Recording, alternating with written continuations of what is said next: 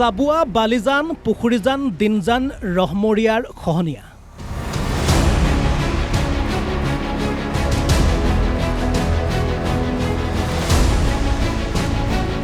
ডিব্ৰুগড় জিলাৰ এই অঞ্চলসমূহত ব্ৰহ্মপুত্ৰৰ খহনীয়াৰ ভয়ংকৰ ৰূপ বছৰ বছৰ ধৰি ব্ৰহ্মপুত্ৰই খহাই আহিছে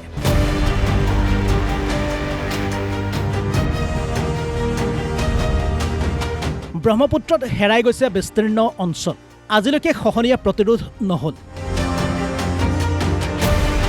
খহনীয়াগ্ৰস্ত অঞ্চল পৰিদৰ্শন কৰে মুখ্যমন্ত্ৰী ডক্টৰ হিমন্ত বিশ্ব শৰ্মাই বুজ লয় সামগ্ৰিক পৰিস্থিতিৰ খহনীয়া প্ৰতিৰোধৰ সম্পৰ্কত মুখ্যমন্ত্ৰীগৰাকীয়ে কয় গুৱাহাটীৰ IITৰ অধ্যাপকৰ সৈতে আলোচনা কৰিম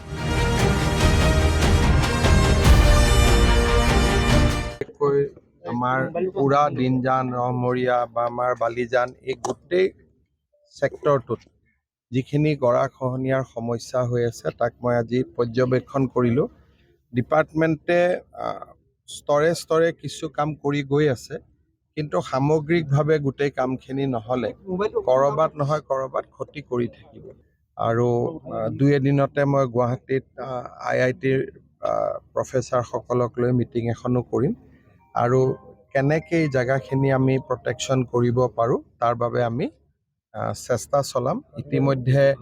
ডিপাৰ্টমেণ্টে প্ৰায় 90 কোটি টকাৰ এখন আঁচনি প্ৰস্তুত কৰিছে মই চাওঁ ক'ৰ পৰা কেনেকৈ সেই পুঁজিখিনি আমি দিব পাৰোঁ ৰহমৰীয়া দিনজান পুখুৰীজান চাবুৱা বালিজানৰ খহনীয়া প্ৰতিৰোধৰ স্থায়ী ব্যৱস্থাৰ প্ৰয়োজন অন্যথা বিপদ দূৰ নহ'ব হোজাই জিলাৰ দবকাৰ মৌদাংগাত যমুনা নৈ খহনীয়া যমুনা নদীৰ জলপৃষ্ঠ বৃদ্ধি হোৱাৰ লগে লগে মথাউৰিৰ কাষত গৰাখহনীয়া আৰম্ভ হোৱাৰ আশংকাই চিন্তিত কৰিছে অঞ্চলটোৰ বাসিন্দাসকলক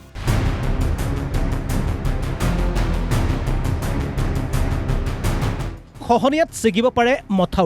মথাউৰি ছিগিলে বৃহত্তৰ অঞ্চলত হ'ব জলমগ্ন শংকিত স্থানীয় ৰাইজে কয় আমাৰ যেন এই যমুনা নৈ এইটো প্ৰায় 30 বছৰ ধৰি আমাৰ এই মাথাউৰিটো বন্ধা হৈছিলে 30 বছৰৰ ভিতৰত আৰু কোনো মেৰামতিৰ কাম হোৱা নাছিলে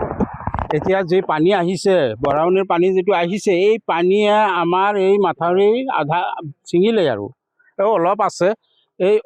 অলপ আছে আৰু এবাৰ যদি পানী আহি যায় তেতিয়াহ'লে এইখিনি গুচি যাব এইখিনি ভাঙি যোৱাৰ পিছত আমাৰ ইয়াৰ যেন ইফালে যেন হাজাৰ হাজাৰ মানুহ আছে হাজাৰ হাজাৰ ঘৰ আছে ঘৰ দুৱাৰ এইবিলাক চব ভাঙি চিঙি চব শেষ হৈ যাব সকলো বিভাগৰ কৰ্তৃপক্ষক জনাওঁ যে আপোনালোকক অনুৰোধ জনাওঁ আপোনালোকে নিজে আহি এবাৰ চাই যাওক যে আমাৰ এই মাথাউৰিখন আৰু এবাৰ যদি পানী আহে আমাৰ ইয়াত 4-5খন গাঁও নাইকিয়া হৈ যাব আগতীয়াকৈ জলসম্পদ বিভাগক খহনীয়া প্ৰতিৰোধৰ ব্যৱস্থা কৰিবলৈ আহ্বান জনাইছে ৰাইজে বিন্নাকান্দি সমষ্টিৰ বিধায়ক মৌলানা বদৰুদ্দিন আজমলৰ তাৎক্ষণিক হস্তক্ষেপৰ কামনা কৰিছে ৰাইজে